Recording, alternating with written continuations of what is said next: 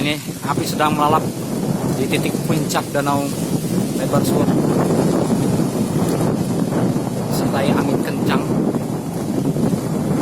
Sangat mengerikan. Nah,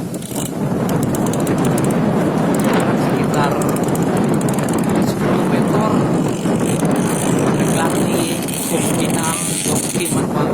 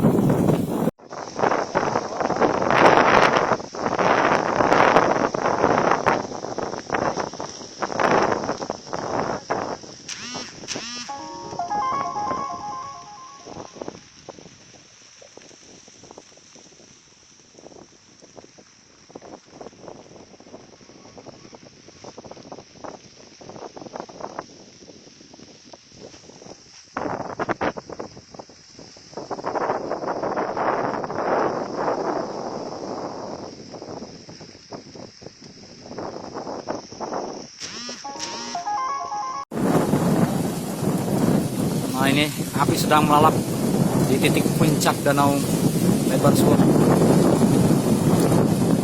Disertai angin kencang.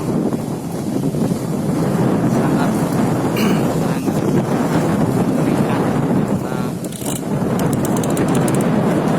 sekitar 10 meter mendekati pemukiman.